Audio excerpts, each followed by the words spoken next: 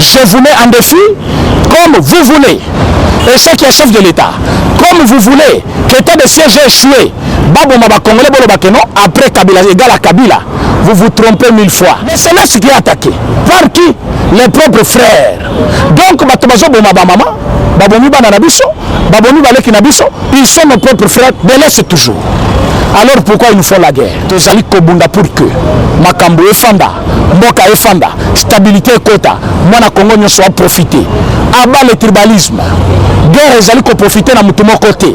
Ou à côté de l'état de siège, nous demandons bakangaye. Alors s'ils sont des Congolais, pourquoi ils tuent d'autres Congolais? S'ils sont des Congolais, pourquoi ils font la guerre au Congo? Parce que parmi bateaux qui se rendre, moi je m'attendais à ce que chef de file, chef de groupe, Azala un Rwandais. Mais quelqu'un qui vient se rendre, dans le groupe Naya Rebelle, il est Congolais. Rumeur de Kinshasa, Moto Bemesana Kolanda, émission Bemesana Kolanda, na combo ya le peuple d'abord. Émission toujours intitulée Lelo état de siège. Il y a 2 jours, le chef de l'État vient de proclamer un état de siège. Qu'est-ce que signifie un état de siège? Il faut te limbola yango, batubayeba. Parce que batubaza na kati ya confusion, mais bando kibasira ki te tobisa kibino, aujourd'hui momoni bango, bando kibaza na nebele na Kinshasa. Lelo état de siège, il fallait ba Congolais nyoso basepela bango. Mais il y a au moins 80%, il y a des Congolais au bandimi yango, et 20% baboy yango. Et je me pose la question, 20% wana bazali banani? Bazali ba Congolais? Est-ce que balingaka Congo? Est-ce que bazali na makilo biso tozana ngona ba 20 na biso? Makila ba Congolais? La question que nous allons répondre dans cette émission. État de siège ezalaka proclamé par le chef de l'État. En vertu de l'article 81, l'article 91, l'article 145 de la Constitution, Ouazali Kopé, sa chef de l'État, Ndingisa Yako proclamé état de droit, état de siège. Mais na kota là, mon cannabis est combattu déjà, pris en otage par de forces négatives. À l'occurrence, la province de l'Ituri et la province de Nord Kivu. Aujourd'hui, on a nommé 2 gouverneurs militaires. Général Guima, Ouazali, gouverneur de la province de Ituri, et colonel Luboya, Ouazali, Lelo, gouverneur de la province de Nord Kivu. Mes amis, va nommer des militaires à la tête de la province pour quel intérêt? Pour quel objectif? J'aurais bien voulu que Moututo Kolanda émission a une copie de la Lisanga Bonganga. Aïe bana Moutuna Eke. Si tu n'as pas fait les études de droit, au salaka chimie, au salaka mathématiques, c'est bien de parler chimie, c'est bien de parler mathématiques, parce que c'est un domaine que tu maîtrises bien. Si tu fais la politique, ça ne veut pas dire que tu es politologue ou Moutumoko à sala droit, soit à sala nani, non. Mais quand on maîtrise les termes et à droit, mais quand on maîtrise le contexte et la politique, et tu vas comprendre où va le pays. J'ai vu les élèves dormir devant une commune ou la mairie, Bazali conseille la chef de l'État qui est de l'Est, parce qu'à la Kaki Bango, il faut qu'il y ait l'Est. Le chef de l'État, même soit qu'il y ait l'Est, ce n'était pas pour que Kobunda, mais c'était pour commander les troupes. Aujourd'hui, le chef de l'État a commandé les troupes. Il a décrété, il a proclamé l'état de siège. Nakata état de siège, c'est-à-dire administration militaire et allait remplacer administration civile. C'est-à-dire, à la tête, il y a gouvernement provincial. Nous avons d'abord le gouverneur qui est le titulaire de la province. Nous avons le vice-gouverneur. Mais selon l'état de siège, gouverneur à Kozala, un militaire et vice-gouverneur, un policier. C'est ce qui a été fait na Ituri, c'est ce qui a été fait na Nord Kivu. Pourquoi nommer Bango? L'état de siège a pour délai 30 jours, renouvelable une fois pour 15 jours, c'est-à-dire la moitié de première durée. Ce qui veut dire 30 jours, s'il faut pas renouveler 15 jours, ça nous fait au total 45 jours de l'état de siège. Ce n'est pas une année, ce n'est pas 6 mois, ce n'est pas 4 mois. Mais au besoin, on peut toujours renouveler en respectant quand même la loi du pays. Mais qu'est-ce qu'on a eu comme contestation? La partie est de la République démocratique du Congo était attaquée. Tous les Congolais se souciaient du matin au soir pour savoir comment guerre et cocosile à la Congo. M. Kabila, le président honoraire, a fait 18 ans au pouvoir. Tueria et Zalaki toujours. Il n'a jamais décrété l'état de siège parce qu'il ne voyait pas l'importance de cela. Le président Félix dit, j'avais promis aux Congolais, n'a qu'aussi sa guerre à Est. Aujourd'hui, je suis à la 3e année de mon mandat. La guerre de l'Est persiste. En tant que président chef de l'État, je dois décréter un état de siège. À décréter état de siège, ce sont des chefs coutumiers qui sortent de leur silence. Les chefs coutumiers, lobby, après l'administration militaire, il y aura des effets collatéraux. Mes amis, nous subissons déjà des effets collatéraux de la guerre de l'Est. Les lots, s'il faut un investisseur, il faut investir dans Bandundu. S'il faut investir, il faut investir dans Congo central. Il va dire qu'il faut investir dans Congo, guerre Ezali. Mais est-ce que dans Bandundu, guerre Ezali? Est-ce que dans Congo central, guerre Ezali? S'il faut investir dans Kassai et Koloba, je ne parle pas, il y a la guerre en RDC. Est-ce que dans Kassai, guerre Ezali? Non. Ce sont des effets collatéraux. Alors, il fallait profiter.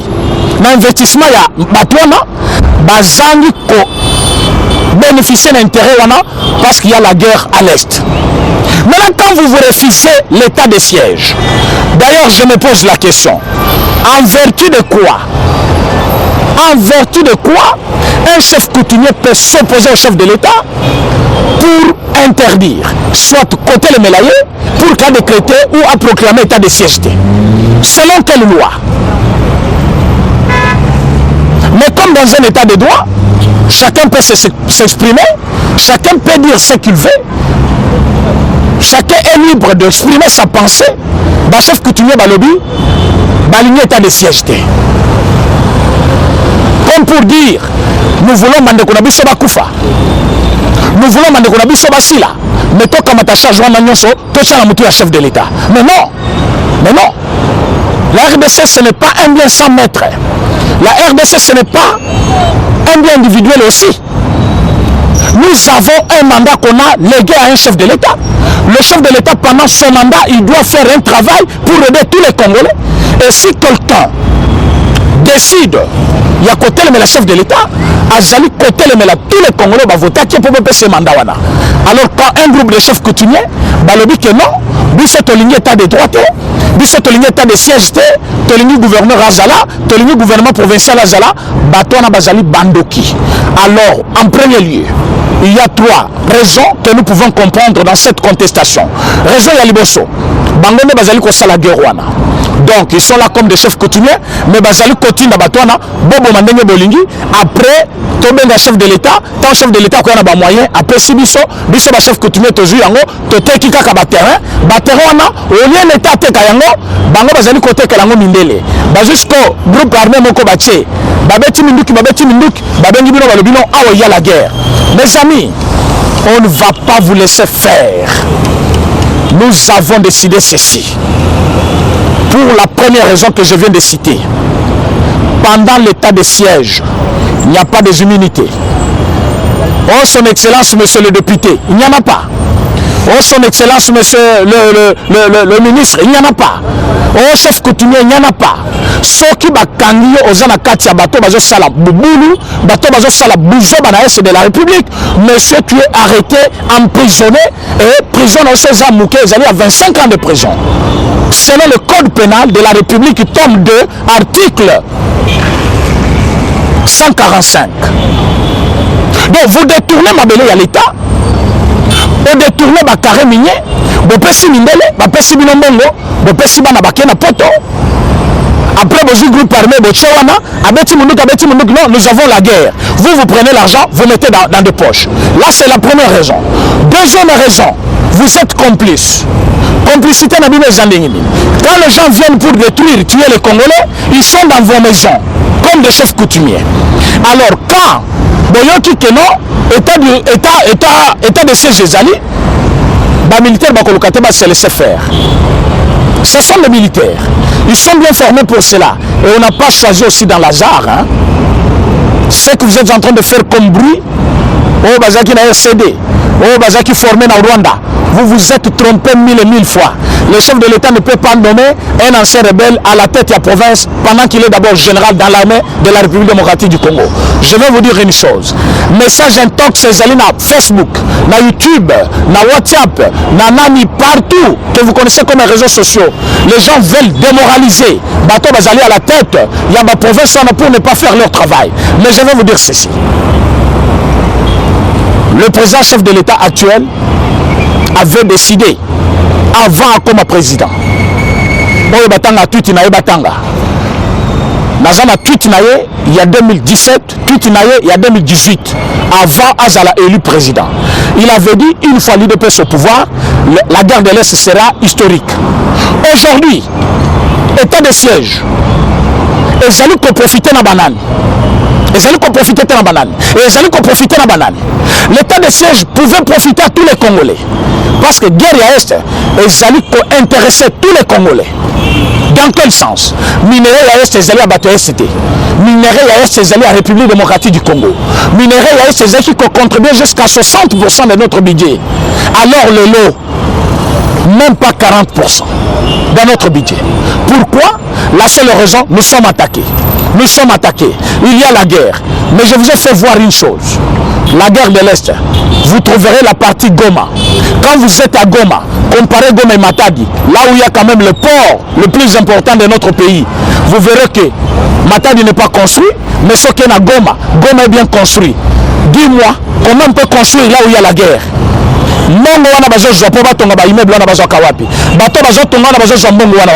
Quand quelqu'un vous dit Goma est construit, Matadi n'est pas construit, ce n'est pas une jalousie, mais c'est comme pour vous dire c'est à Goma où on tue, mais c'est à Goma où on construit, c'est à Goma où on tue, mais c'est à Goma où il y a la stabilité, il y a quelque chose qui se cache. Aujourd'hui on décrète l'état de siège, un individu sort de son silence, il dit ça va profiter quoi? État de siège Joana, Bachangona Ituri. Là je parle à monsieur Mozitu. Mais ce Mozitu nous dit bah décréter état de siège na Ituri et Nord Kivu.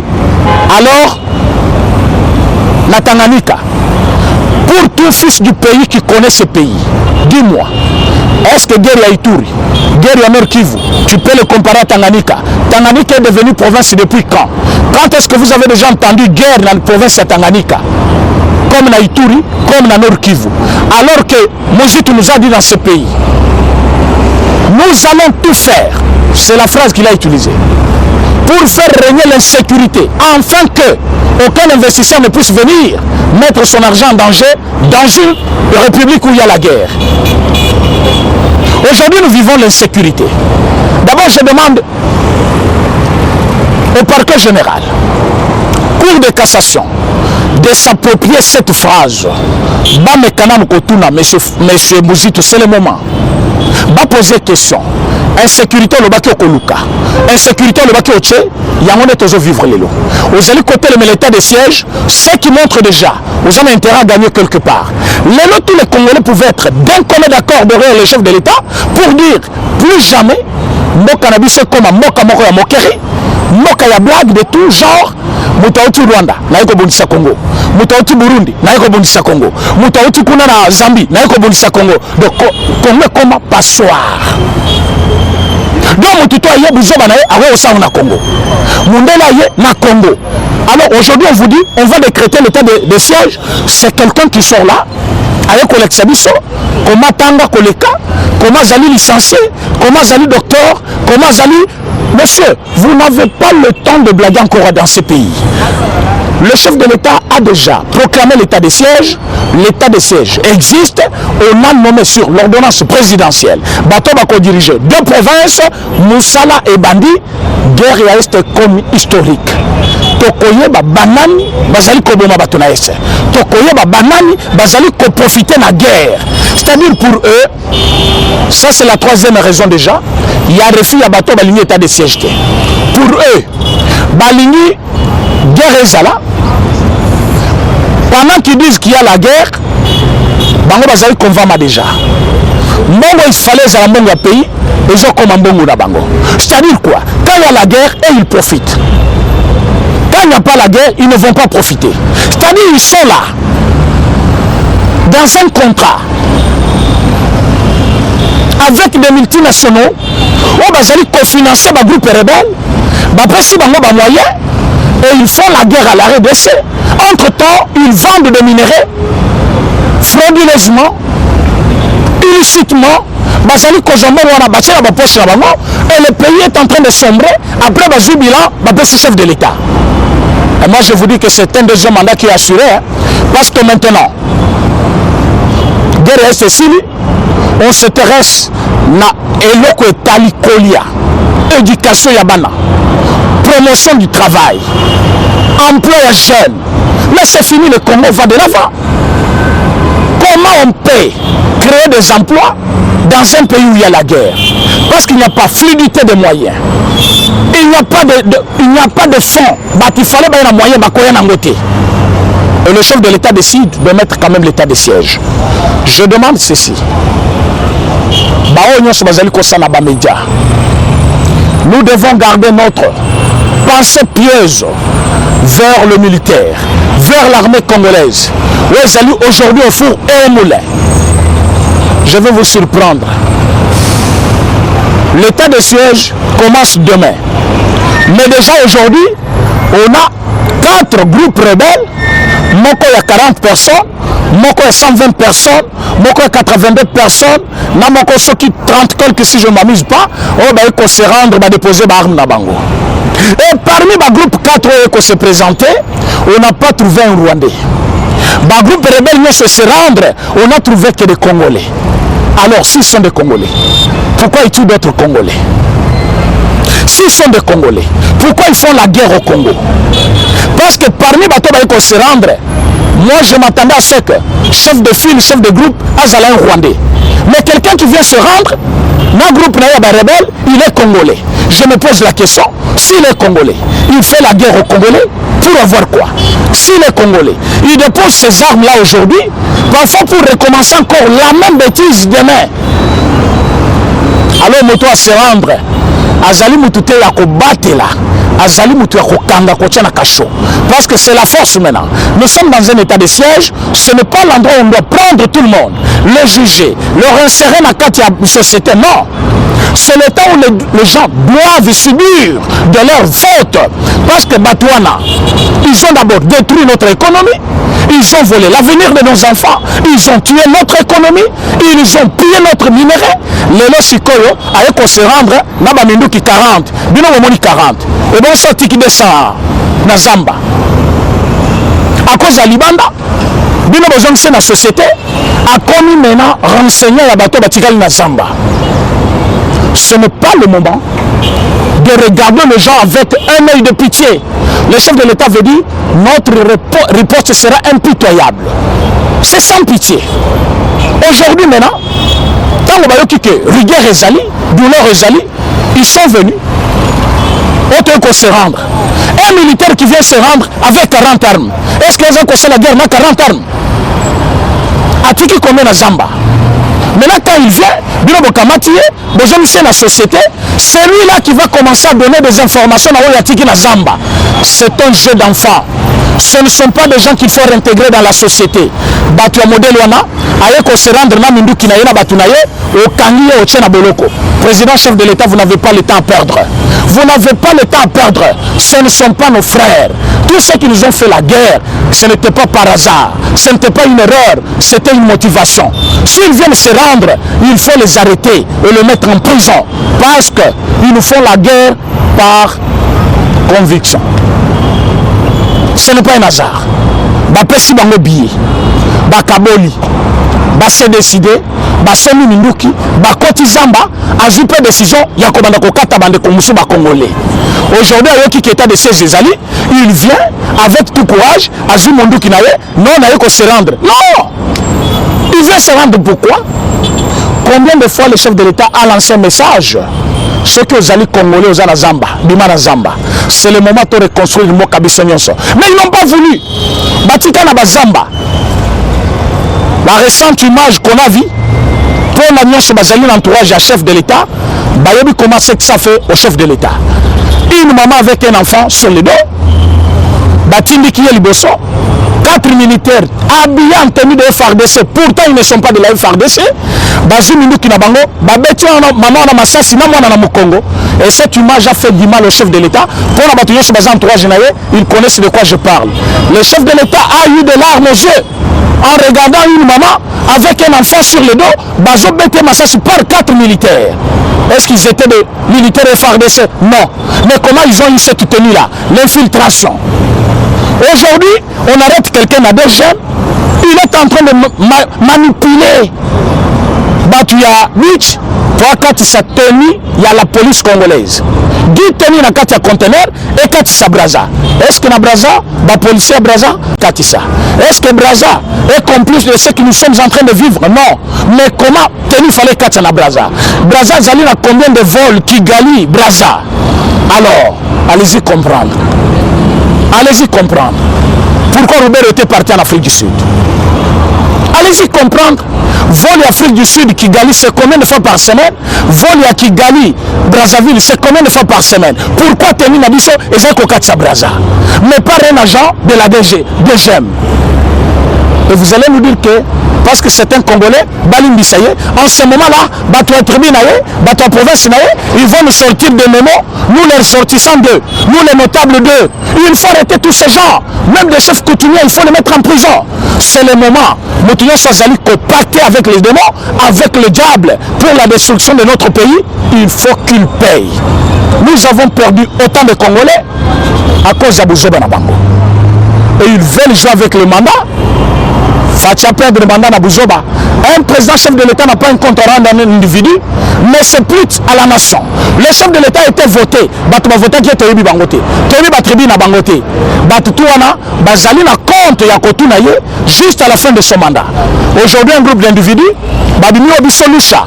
Babi que Lusha Zaki complice. Il y a tuerie à Ben. Lusha Bazaki complice. Il y a massacre. Il y a nani. Comment on appelle ça? Bon, il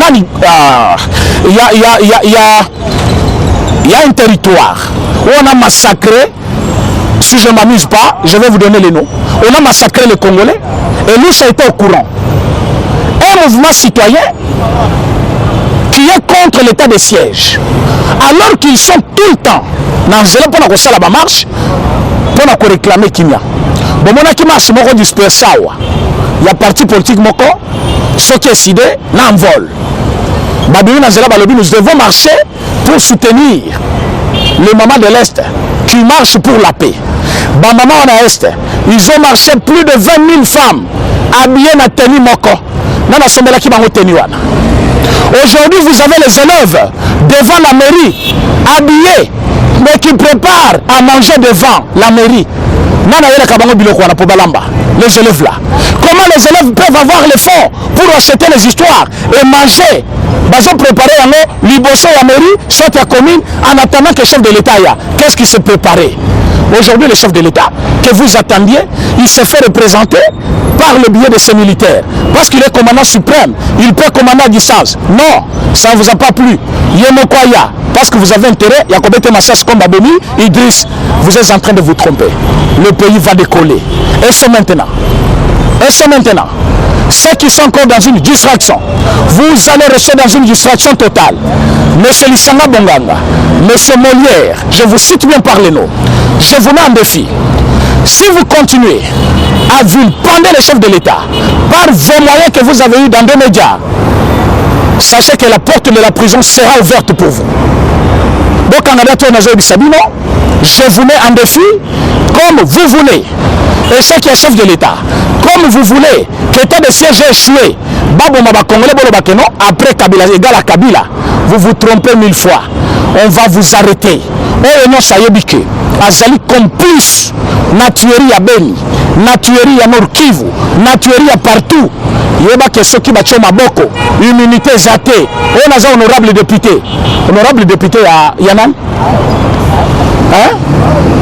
Donc tu es honorable député quand on tue les gens. Ou à la télévision, on finit chef de l'État. Là, vous êtes honorable député. Maintenant, quand on vous interpelle pour justifier Israël Mutombo, qui s'est dit professionnel, il s'est dit bien, je suis journaliste d'investigation. C'est le moment qu'il fallait investiguer à l'est de la République et connaître d'où nous vient la guerre. Ceux qui nous attaquent viennent d'où? Comment ils entrent? Voilà un investigateur. On n'est pas un investigateur quand on passe à la télévision, on dit nos soldats qui sont au front sont payés à $20 comme prime. Maintenant, on vous demande, montre-nous la preuve qu'on leur paye $20. Là, non, liberté de presse. Liberté de presse, non, qu'on a eu alors. Liberté de presse, il y a presse, c'est ça qui capona. Tant que on est à la télévision, on est foutu dans $20. Maintenant, on va foutu dans $20. On a liberté de presse, c'est ça. Vous vous trompez, monsieur. D'ailleurs, Etikali Moukeba, combattant de l'UDPS, nous allons leur dire, basons de l'habitude dans la opposition. C'est-à-dire, Moutua modèle, ceux qui tapent Bamonio, Bazoua Bangomo ko frappe. Comme ça, justice, Ayako Kanga, parti politique Mobima, Akeko Sambi Sabango. Parce que vous êtes en train de jouer avec une lutte de plus de 37 ans. Batounyo Soba Soutenaka, opposition, Bazaka na UDPS. Vous jouez avec le vie de gens qui sont morts, mais qui n'étaient pas de l'UDPS. Herma, c'est ça qui Salema. Il y avait des gens qui mouraient dans des rues, mais il y a qui battu un parti politique.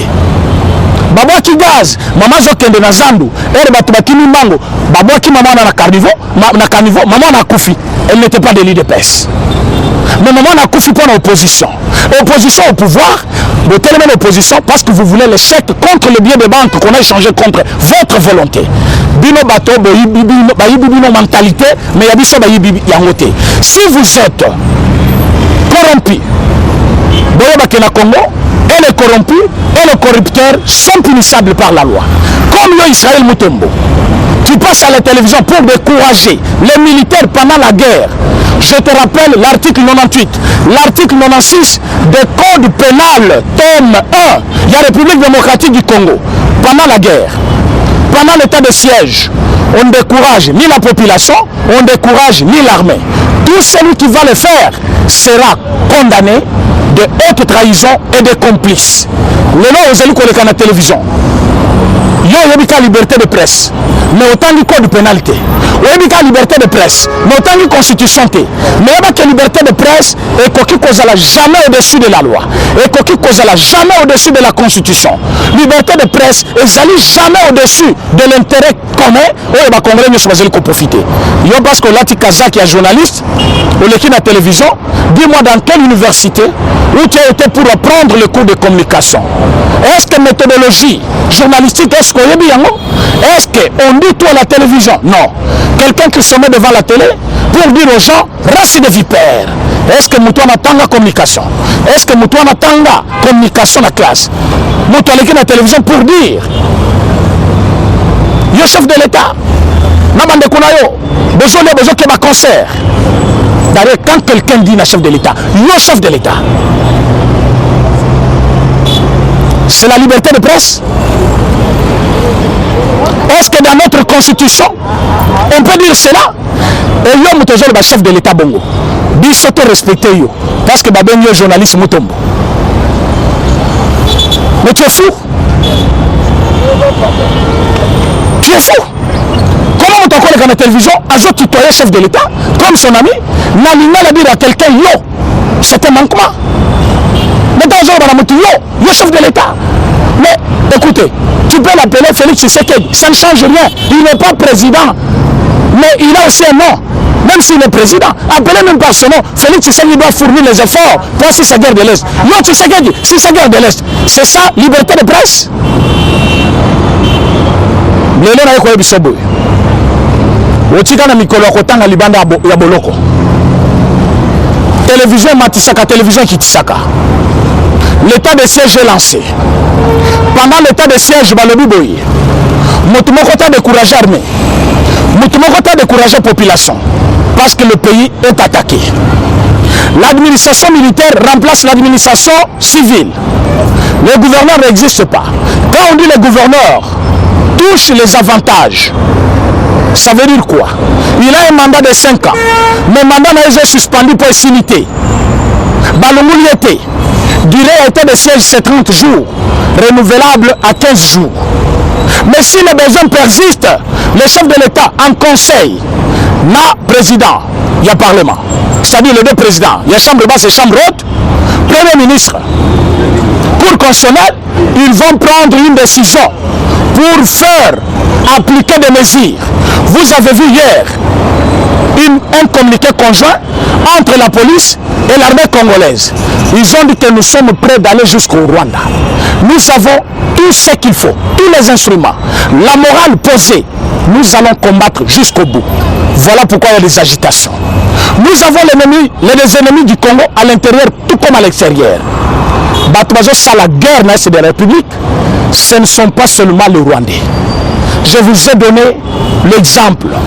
Il y a 4 groupes rebelles qui se rendre pendant ces 3 jours avant tout état de siège, parce que l'état de siège est commandé lobby jeudi et bandina nouti.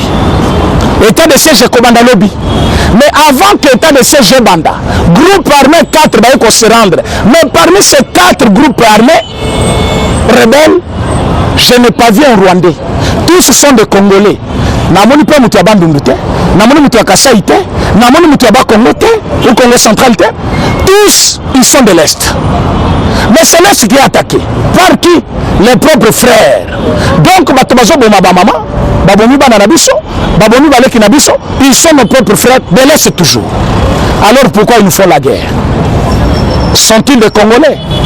Et cause à la par hasard, peut-être le Banabango Mokomoko Sali, mais ils ne sont pas nos frères. Rwanda a botami na Congo, il parle Swahili. Zambie a botami na Congo, il parle Swahili parce que même dans Zambie on parle Swahili. Ça nous donne la confusion. Et cela nous pousse nous à dire, il y a beaucoup qu'on a considéré comme nos frères mais qui ne sont pas nos frères. Bazali ba Congolais. Parce qu'un frère congolais, quand il va faire la guerre, akoboma wana te. Akoboma maman, abomi papa pour le sabotage. Mais moi on a 2 ans. Au métier, au fait sauter ce vélénaï. Moi on a 2 ans. Un rebelle, il ne tue pas comme ça. Ce sont des gens qui veulent saboter le pouvoir en place. Mais qu'est-ce qu'on va vous faire? Écoutez-moi mes chers amis. Date ya lelo, ce qu'on connaît par date, mais le Kezaki un jour avant l'état de siège. Guerre reste comme histoire. Mais Yom Tozaki na 4 prison Yandolo, prison centrale de Makala. Ils allaient confondre la porte na yango. Je m'en garde. Tous les médias de YouTube, à tout moment, pour véhiculer de fausses images. Bazou image à Zambie, bazou image à massacre à Tchad. Sur la télévision, j'ai vu une image que j'avais vue en 1996. L'entrée à Fidèle, balancé yango, semaine et tu koleka, balobino, bazo bomawatuna est. Image en 1996, avant entrer à Fidèle dans 97. Bazo balancé yango lelo, na katia YouTube. Quand mutakota la boye, ah, SKI, il y a quelqu'un même qui dit, on a déjà pris 340 km, monsieur. Est-ce que vous raisonnez normalement? On est qui la télévision ou inventer sujet au Kosi maman na yo, au Kosi papa na, au Kosi bandeko na yo, au Kosi tous les Congolais pour dire que non, président Félix Tshisekedi a attaqué 340 km à Mabélé, a attaqué la monane. Qui peut acheter le Congo? Qui peut acheter le Congo?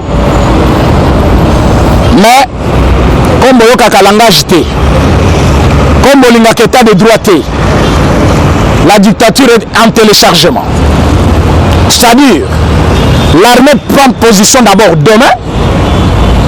Ce que Moni Yawanayo, Nokonayo, Bazo jugé. Évitez même de vous approcher parce que vous risquez d'être jugé comme complice. Au Moni Yawanayo Bakangiye, Nokonayo Bakangiye, Bazo jugé pour la complicité na kati ya guerre est. Même parce qu'on va vous taxer de complices. Je suis en train de vous parler. Le gouverneur, c'est un militaire. Le vice-gouverneur, c'est un policier. Ils ne vont pas échouer. vous allez comprendre la différence entre Félix Tshisekedi et le président honoraire Joseph Kabila. Parce que les lois vont balancer par image. Mais il n'y a jamais eu de tuerie comme en 1997, comme en 2001. Il n'y a jamais eu de tuerie comme en 2016 à l'Est de la République. Il mourait par jour à l'Est 100 personnes. Batoubakou fait le 100. L'homme, vous avez l'espoir qu'il va faire au-delà de 100. Et on a institué une opération au Modja 1, au Modja 2, Kinya 1, Kinya 2, ça n'a pas reçu. Mais il y avait lieu de décréter, de proclamer l'état de siège. Mais le président Félix a proclamé l'état de siège. Quand est-ce qu'on proclame l'état de siège?